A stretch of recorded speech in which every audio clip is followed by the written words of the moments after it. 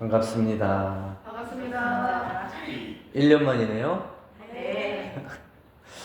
새해가 엊그제 새해가 밝은 것 같은데 벌써 일주일이 지났어요. 시간이 맨날 얘기해도 시간이 빠른 것 같아요. 네.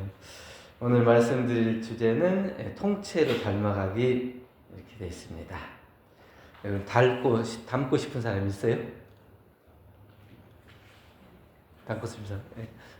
젊은 사람들은 연예인 중에서 누구 남자도 누구 남자 또 여자 배우 중에 누구 이렇게 또 성형외과 가면은 누구 얼굴로 고쳐주세요 뭐 이렇게 한다고 그러는데 그러니까 그 보면 보통 똑같은 얼굴들이 많이 있는 것 같아요. 예. 그러니까 그런 형태로 좀 바꾸고 좋아하는 사람을 닮고자 하는 것은 어쩔 수 없는 거죠.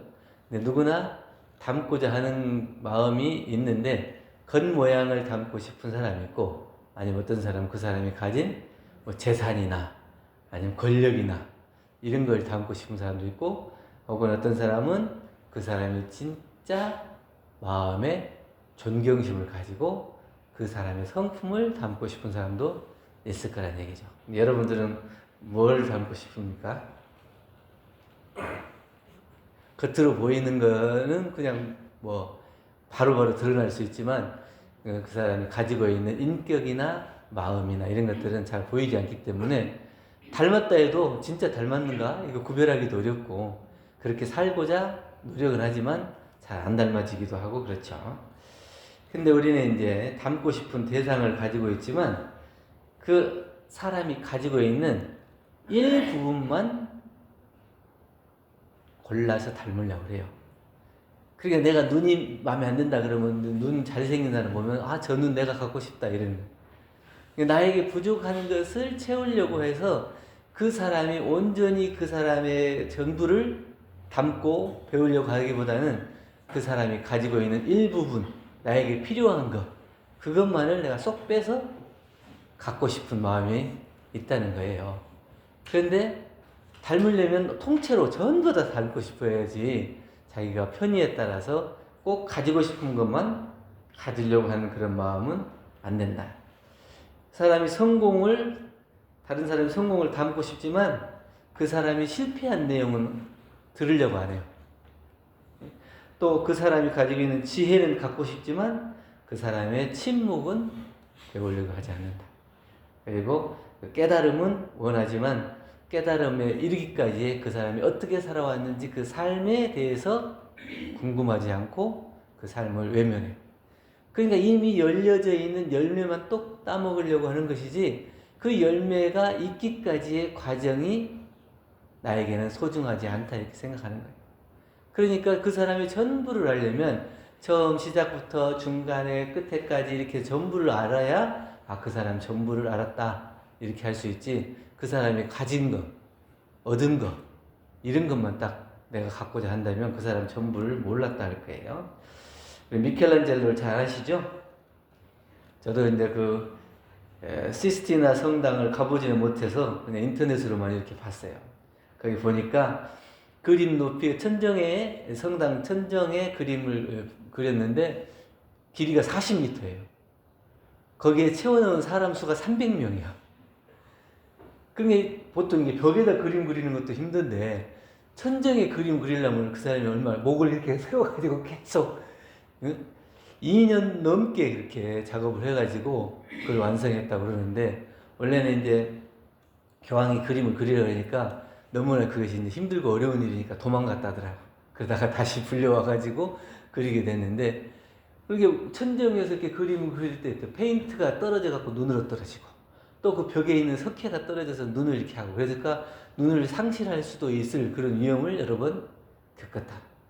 그런데도 그것을 이기고 그 벽화를 완성해서 지금까지도 유명한 그런 천정 벽화가 됐는데 그 미켈란젤로가 그렇게 힘들고 눈을 잃을 만큼 그렇게 어렵고 힘든 과정을 통해서 그림을 그려놨는데 그거는 생각 안 해요. 그래서 지금 사람들 가서 야 멋있다 화려하고 멋진 것만 보고 야 나도 미켈란젤로처럼 멋지게 그림 그릴 수 있으면 좋겠다 이렇게 얘기하지만 그런 작품이 나오려면 그 사람이 얼마나 인내하고 참고 또 그 그림을 완성하기 위해서 견뎌냈는가 하는 그 과정은 그 사람을 배우려고 하지 않는다는 얘기예요. 정산용사님 건도표 24장에 말씀하시기를 자녀가 부모를 닮아가듯 불제자도 부처님을 닮아가야 한다. 끊임없이 모든 일에 부처님을 닮아가서 법신, 보신, 화신 전부를 닮으면 곧 열애의 지경이다. 그래서 법신, 보신, 화신이라는 거죠. 그러니까 부처님의 하시는 말씀도 그 다음에 놔두시는 행적도 그리고 가르쳐진 진리마저도 모든 것이 다 부처님을 닮고자 하는 마음이 있어야지 어떤 말씀 하나에 어떤 또 겉으로 드러나 있는 것, 그 다음에 깨달으신 성자라고 추앙받는 그런 존경하는 것, 그런 부분만 내가 존경하고 거기에서 부러워하고 그분이 그 깨달음을 얻기까지 어떤 과정을 살아왔는가, 이것은 돌아보지 않으면 안 된다. 부처님을 닮아간다는 것은 말이나 모습 한두 가지 흉내내는 것이 아니라 삶 전체를 통째로 닮아가는 것을 분명하게 알아야 된다는 겁니다. 그래서 우리가 부분만 닮아서는 안 되는데 어떤 제자가 스승에게 물었습니다. 저 부처님처럼 지혜롭고 싶습니다. 그러니까 그 스승이 그러면 부처님처럼 침묵할 수 있겠냐? 부처님을 이루기 위해서 6년 동안 그 보리수나무 아래에서 그 명상, 깊은 명상을 통해서 이제 깨달음을 얻었다는데 여기서 말하는 침묵이라는 것은 그런 정말 남들이 알아주지도 않고 그 힘든 시간을 묵묵하게 그 깨달음을 위해서 네가 온 정열을 바칠 수 있겠느냐. 그런 과정을 통해서 부처님이 지혜를 얻으신 것이지 그런 과정이 없이 그런 지혜를 얻을 수 있는 것은 아니다. 부처님이 지혜만 탐내는 게 아니라 너도 그런 침묵을 지킬 수가 있겠냐. 또 지혜로운 말을 담고 싶어 하지만 좋은 말씀하고 지혜로운 말씀을 하는 걸 담고 싶어 하지만 멈출 줄 아는 공부를 할 수 있냐. 남들이 나타나는 모습만 보고 멋지다 훌륭하다 이렇게 생각하지만 진짜 그 사람이 멈추고 감추는 인내하는 그런 모습을 네가 닮을 수가 있겠느냐. 뭐든지 세상에 나타나는 것은 그냥 나타나는 법이 없어요. 그 밑에서 온갖 그 어려움과 시련을 발판 삼아서 드러나는 것이지 그런 발판이 없이 그냥 딱 반짝 성공할 수가 없는 거예요. 저 물 위에 떠서 멋지게 그냥 우아하게 헤엄치는데 오리를 보면 물속에서 어떻게 한다고 그래? 발이 수없이 쉬지 않고 물질을 해야 그걸 유지할 수가 있다고 하는 거예요. 그런데 우리는 그 우아하고 멋진 자태만을 생각하고 그렇게 되기를 원하지만 그 밑에서 쉴 새 없이 저어대는 오리의 발은 생각하지 않는다. 마찬가지예요. 우리 직장에서도 마찬가지죠. 누가 직장에서 잘 나가고 어떤 일을 할 때 프로젝트에 성공하고 또 그 사람이 뭐 진급하고 이런 걸 보면은 야 나도 저런 사람처럼 저 사람처럼 빨리 잘 돼야 되겠다 이런 생각을 하지만 그 사람이 어떻게 해서 저렇게까지 갔는가 하는 것을 생각하지 않아요. 그렇기 때문에 그것이 부러우면 그 사람이 이겨내고 감내하고 참고 견뎌왔던 그 순간들까지도 내가 공부하고 배우려고 하는 모습을 통째로 배울 수 있어야 돼요. 그래야 내가 저 사람은 이런 어려움을 통해서 이렇게 됐는데 나도 그런 시련을 겪고 어려움을 겪고 그렇게 되기까지 그런 노력을 해야 되겠다는 거지. 정말 잘 되는 것, 나타난 모습만 보면 안 된다. 그래서 필요한 것만 취하고 불편한 것은 남겨두는 것은 참다운 신앙이 아니에요. 내가 원하는 것만 똑똑 따먹을 수 있어요? 내가 원하는 것만 가질 수 있어요? 없어요. 다 사람들이 마음에 원하는 것이 다 있고 좋은 일만 있기를 바라고 또 잘 되기만 바라지만 살아가다 보면은 그게 좋은 일, 잘 되는 일만 다 있어요? 힘들고 어려운 일이 더 많죠. 그 힘들고 어려운 일들을 통해서 내가 그 좋은 것을 이루었을 때 더 기쁘고 보람이 있는 것이지 그냥 아무것도 어려움도 없이 좋은 것만 줘봐요. 그럼 그 사람이 많이 못 지킬 거예요. 흔히 이제 뉴스에서 많이 나오는 재벌 2세들이 아버지가 어렵게 힘들게 해갖고 이루은 부를 통해서 자기는 그 부를 그대로 물려받으니까 힘들고 어려운 걸 몰라요.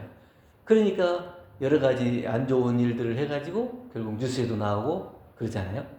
그건 자기가 그 힘듦의 가치를 모르고 또 그런 과정도 몰라요. 그렇기 때문에 나에게 주어진 것이 전부인 줄 알고 그것을 그냥 흥청망청 써버리는 데에 시간을 보내고 그 값진 인내의 시간, 또 그것을 얻기 위해서 내가 바쳐왔던 모든 시간들을 소홀하지 않는 그런 재벌리세의 어떤 안 좋은 뉴스가 나오게 되는 겁니다. 그래서 우리가 배우고 익히는 인과라고 하는 것은 내가 좋아하는 것만 얻을 수가 없어요.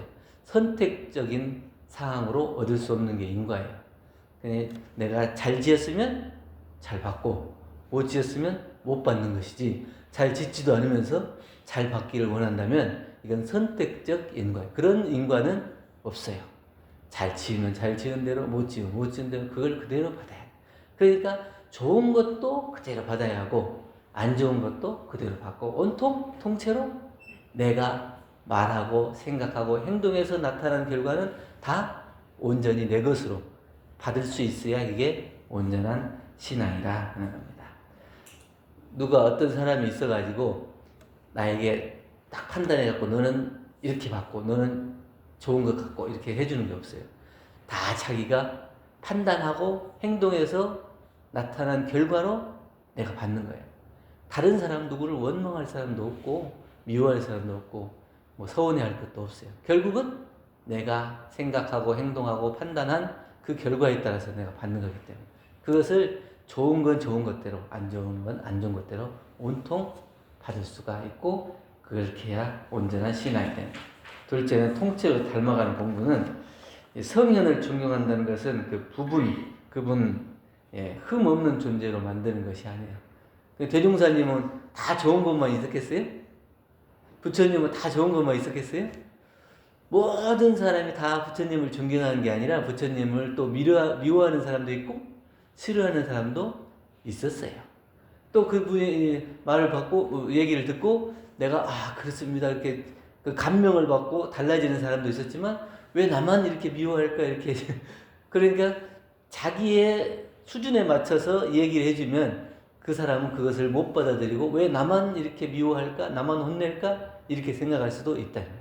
그 안 좋은 것을 지적하면서 가르쳐주기 위해서 말씀하신 것이 오히려 자기의 자존심을 상하게 하고 나를 방해한다, 나의 성장을 방해한다 이렇게 판단할 수가 있다는 거예요.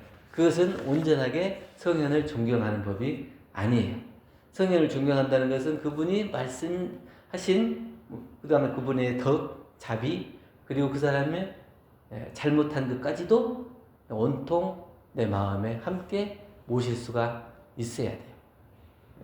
대종경 변이품 16장에 대종사님 공양하시고 나면 항상 남은 밥을 즐겨 먹는 제자가 있었어요. 그러니까 왜 그렇게 남은 밥을 먹냐? 그러니까 성현이 남기신 밥을 먹으면 빨리 성불한다고 하는 말을 듣고 그렇게 합니다. 그러니까 그 뜻을 알고 그렇게 하냐 모르고 그렇게 하냐 그러니까 저는 그냥 다만 믿을 뿐이고 제가 정확한 내용은 잘 모릅니다.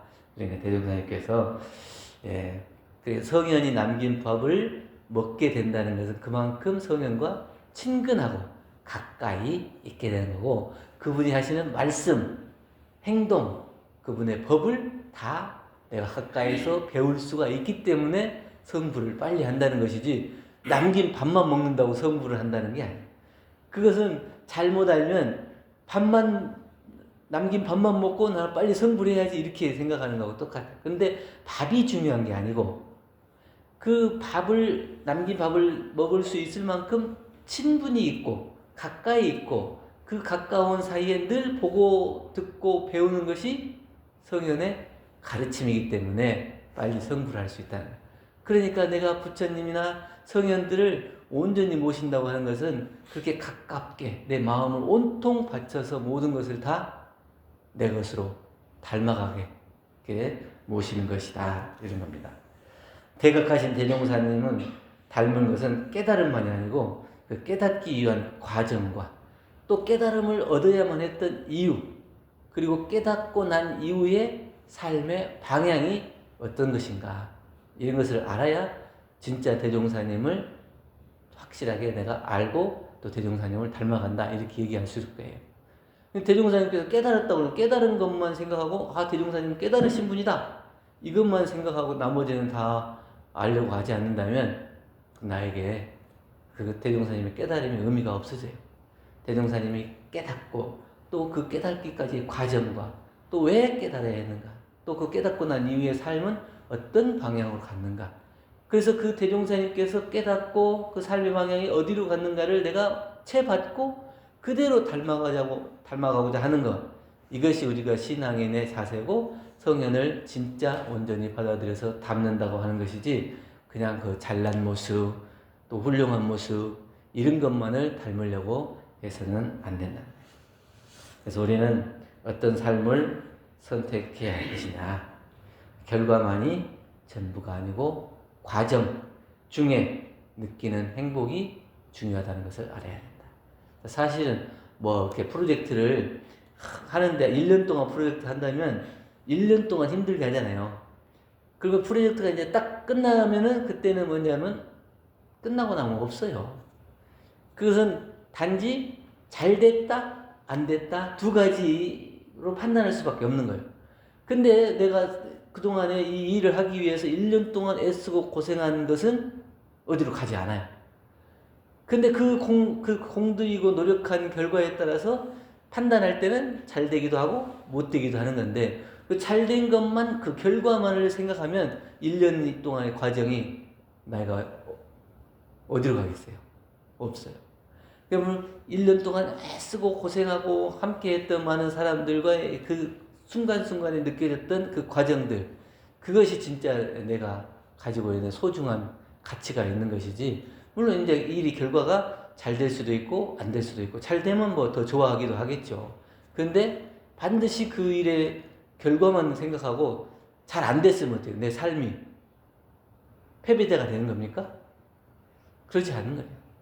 근데 모든 과정 중에서 있어지는 그 순간순간을 내가 기쁘고 행복하게 여기고 중요하고 소중하게 여길 수 있어야 그 결과도 늘 좋은 쪽으로 갈 수 있는 것이지 그냥 딱 결과만 놓고 판단한다면 내 그 많은 시간이 고생한 시간이 다 어디로 가고 없을 겁니다. 그리고 그 과정 중에서 서로 배려하고 이해하고 챙기고 했던 그 모든 마음들이 남는 것이지 그 결과만 남는 게 아니에요. 그 결과는 지나고 나면 없어요.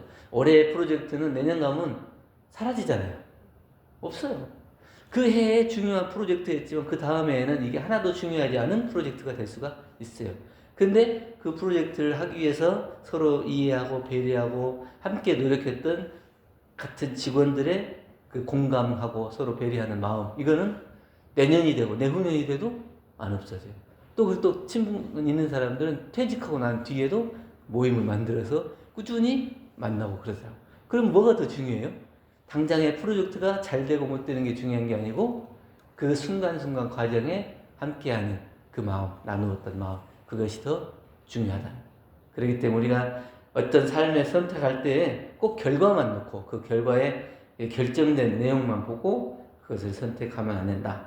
얼마나 인정받았는가, 무엇을 남겼는가 이것도 중요하지만 그 과정 중에서 나는 어떤 사람이었나, 그 일을 이루기 위해서 나는 다른 사람들에게 얼마나 배려했나, 또 마음을 얼마나 나누었나, 내가 또 양보했나, 또 저 사람을 이해했나 이런 순간순간 과정들이 더 중요한 것이지 내가 어떻게 기억되고 어떻게 남고 어떤 훌륭한 일을 했고 이런 것이 더 중요한 것은 아닌 것 같다.